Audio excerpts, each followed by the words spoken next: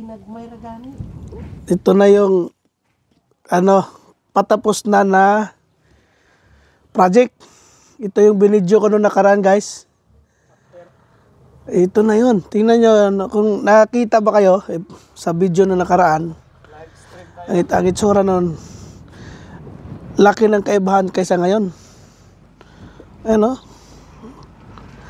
Itong area na to dito, guys, marami itong kalawang kasi yung mga pako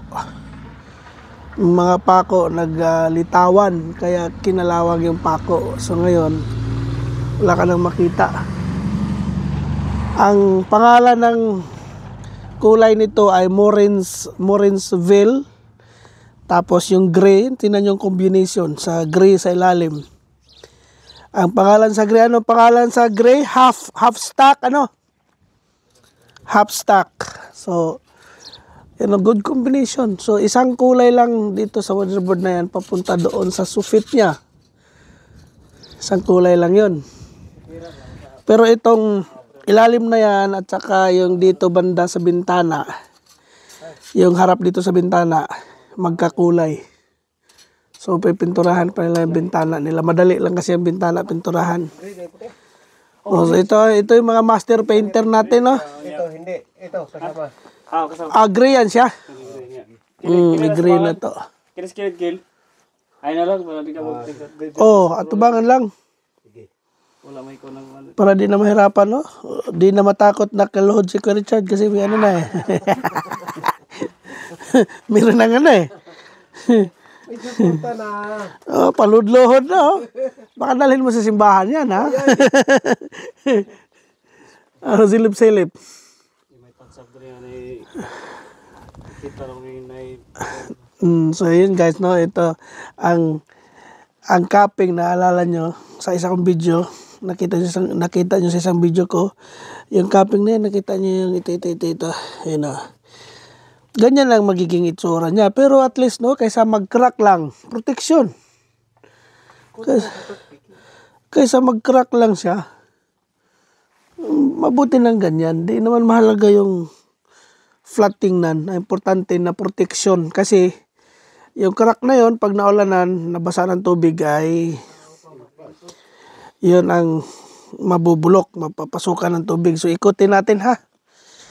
Grabe, isang linggo nyo lang ito ginawa. Mula Lunes, Ha? Lunes ba ito umpisahan ninyo? Ha? Lunes. Lunes kayo nag-umpisa dito? ay ako unang adlaw. Oo, unang adlaw ikaw. So ito yung, guys. Isang linggo nila ginawa. Normal Ang bahay na ganito kalaki, 2 linggo yan sa amin. Kaso, marami naman kasi sila nung nakarang araw. Kaya mabilis natapos.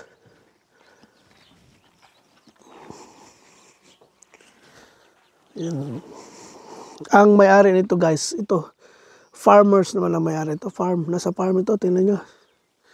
Nasa farm ulit. Naka 1, 2, 3, 4. Pang-apat na bahay to, guys, na ginawa namin sa may-ari na to.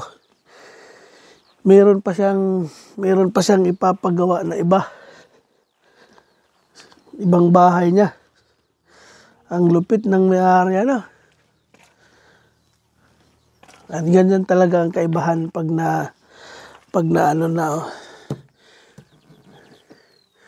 hindi mo na makikita yung joint.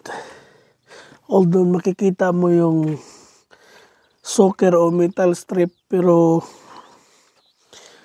kung i-consider natin yung protection, mas maganda yan.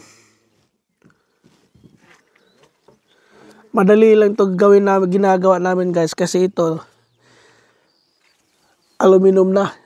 Yung mga lumang bahay, kailangan pang buksan namin at tinitira pa namin yung loob, sinasanding at pinipinturahan pa namin yung gilid-gilid. Mahirap yun kasi maraming cut-in.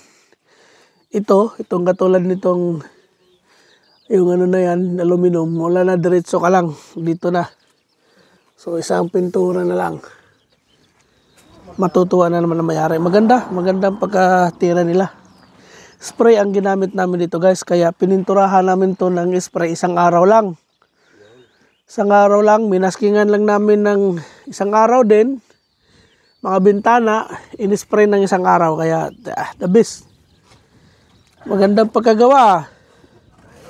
Kitang-kita yung ano, saglit lang naman gawin yung ano, sa bintana, sa frame.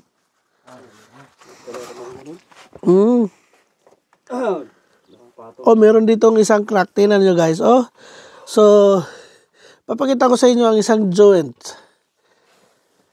na hindi nalagyan namin ng ano. So, ganito ang mangyari. Nilagyan na namin to ng filler. Repairin natin to, Peng. Meron pa ba tayong ano dyan, soker? Bakal? So, ganito ang mangyayari guys. Oh. Binalik sa akin ako eh. Tingnan nyo guys.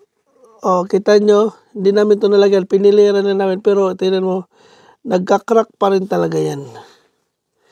Ayan, nakita pa rin yung crack dito. Sakto lang yun namin. Kaya talagang mas magandang ano. Naka-filler na to. Oh. Nakikita mo pa rin talaga yung crack. Isa yan. So, ayusin natin yan.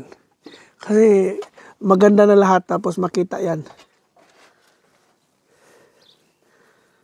O, yan ang kagandahan, no? Ping pag hindi luma yung bintana.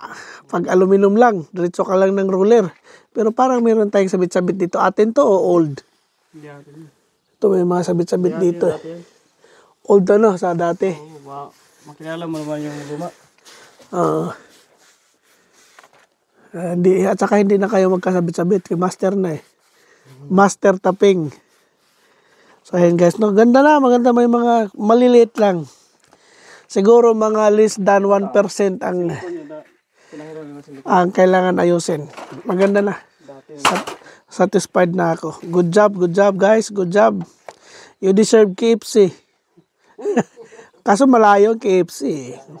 Wala man tayong KFC dire. Asa KFC nga mountain, no? Yan o, Mount Taranaki sa harap namin. Sa paligid ng bahay na to, puro farm yan. Paikot, dito ka titingin, farm. Dito ka titingin, farm. Wala kang mabibilang KFC dito. Wala kang sari-sari store eh. Paka lang pang luto. Oo. So, ganyan lang dito. Para meron pa ako metal socker doon, pero kunin natin. Debut siguro lang siya. Oo, sige. Wala mong binalik sa akin.